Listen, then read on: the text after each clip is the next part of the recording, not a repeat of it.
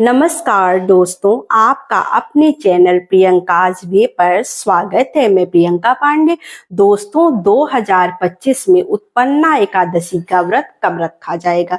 तो 2025 में उत्पन्ना एकादशी का व्रत 15 नवंबर दिन शनिवार को रखा जाएगा, जबकि एकादशी तिथि जो प्रारंभ हो रही है वो 14 नवंबर रात्रि 12:50 से प्रारंभ हो रही है और उदया काल को देखते हुए यह व्रत जो है वो 15 नवंबर को रखा जाएगा। तो अब जानते हैं कि उत्पन्ना एकादशी का व्रत क्यों रखा जाता है। जिस दिन उत्पन्ना एकादशी का व्रत रखा जाता है उसी दिन जो है एकादशी देवी प्रकट हुई थी, इसलिए उत्पन्ना एकादशी का व्रत बहुत ही खास हो जाता है।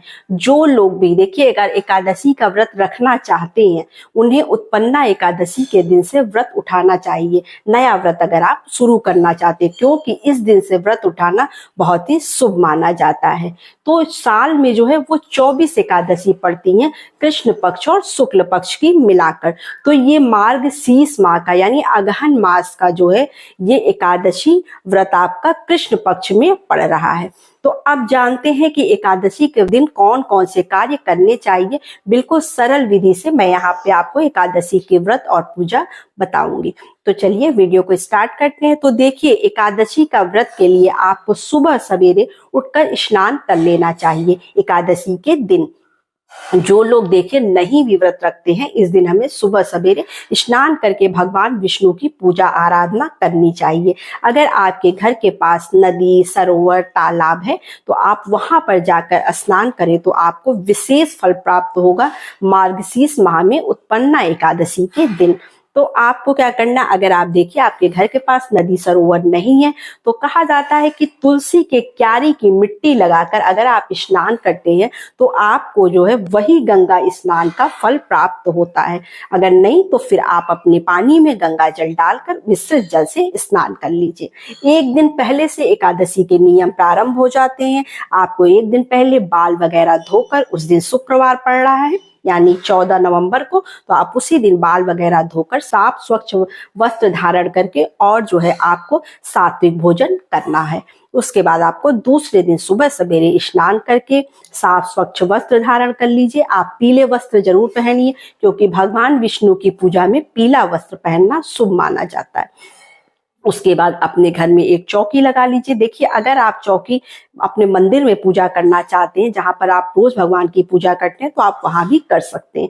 नहीं तो आप फिर साफ सुथरी जगह पर चौकी लगाकर एक पीला वस्त्र बिछा लीजिए। उस पर भगवान विष्णु और माता लक्ष्मी की प्रतिमा रख लीजिए। अगर माता लक्ष्मी की प्रतिमा संयुक्त है, दोनों विष्णु जी और लक्ष्मी जी की, तो आप वो भी रख सकते हैं। और खाली विष्णु जी की है तो आप विष्णु जी की पूजा भी कर सकते हैं। उन्हीं की प्रतिमा रखकर आप पूजा करिएगा। उसके बाद आपको जनेऊ चढ़ाना है, पीले रंग का भोग लगाना है। जैसे आप मिठाई लगा सकते हैं या फिर सीजनल फल चल रहे हैं, आप सीजनल फल भी लगा सकते हैं भोग में।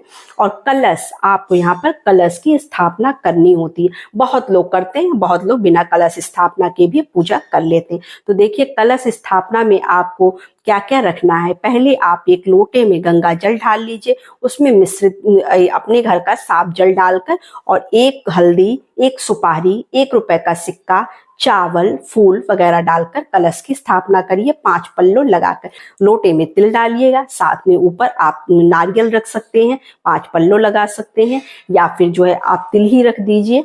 मतलब चावल वर्जित होता है एकादशी के व्रत में, कोई भी एकादशी हो चावल वर्जित होता है। चावल खाना भी वर्जित होता है, पूजा में चढ़ाना भी वर्जित होता है। जैसे अन्य पूजा में हम तिल चावल के अक्षत वगैरह चढ़ाते हैं, तो आप एकादशी में ये काम मत करिएगा, क्योंकि चावल पूर्ण रूप से जो है वो मना होता है एकादशी की पूजा में, या खाना भी। वैसे भी हमें अपने घर में एकादशी के दिन जो अगर आपको पता है तो आप बिल्कुल भी चावल मत बनाइएगा, बहुत ही पाप लगता है। तो और आप तुलसी दल जो है एक दिन पहले तोड़ लीजिएगा, क्योंकि कहते हैं कि अगर विष्णु भगवान की पूजा में आप जो भोग समर्पित कर रहे हैं उसमें तुलसी दल नहीं डालते हैं तो भगवान जी भोग जो है वो स्वीकार नहीं करते। तो आप तुलसी दल जरूर डाल लीजिएगा, एक दिन पहले तोड़कर रख लीजिएगा, क्योंकि दूसरे दिन शनिवार है और तुलसी जी को छूना भी नहीं होता है, क्योंकि माता तुलसी खुद भगवान विष्णु के लिए व्रत रखती हैं। तो आप तुलसी जी में जल वगैरह नहीं डालेंगे। उसके बाद आप जो है धूप दीप दिखाकर प्रेम पूर्वक भगवान विष्णु की पूजा करेंगे, एकादशी व्रत की कथा करेंगे। अगर आप उस दिन दान करते हैं तो उसका आपको विशेष फल प्राप्त होता है, क्योंकि मार्गशीर्ष का माह चल रहा है।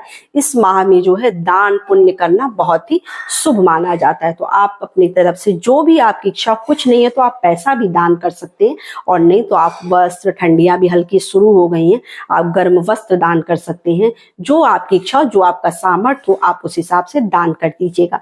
और दूसरे दिन यानी द्वादशी के दिन, यानी इस बार जो द्वादशी पड़ रही है वो आपका 16 नवंबर को पड़ रहा है, जिस दिन हम पारण करेंगे।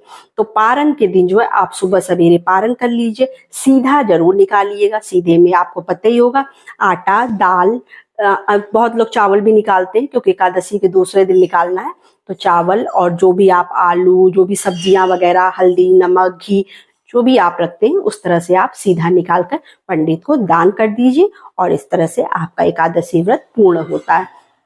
तो इस तरह से हमें एकादशी का व्रत रखना होता है। तो और जो भी लोग एकादशी का व्रत उठाना चाहते हैं, नया व्रत, वो उठा सकते हैं, क्योंकि इस साल किसी तरह का जो है अधिक मास, मलमास नहीं लगा हुआ है। तो आप उत्पन्ना एकादशी से अगर व्रत उठाते हैं कृष्ण पक्ष की, तो आपको बहुत ही विशेष फल प्राप्त होता है, बहुत ही शुभ होता है। तो बस यही छोटी सी वीडियो थी, छोटी सी जानकारी थी। वीडियो अच्छी लगे तो चैनल को लाइक, सब्सक्राइब जरूर करिए। तो नमस्ते फ्रेंड्स, जय महादेव।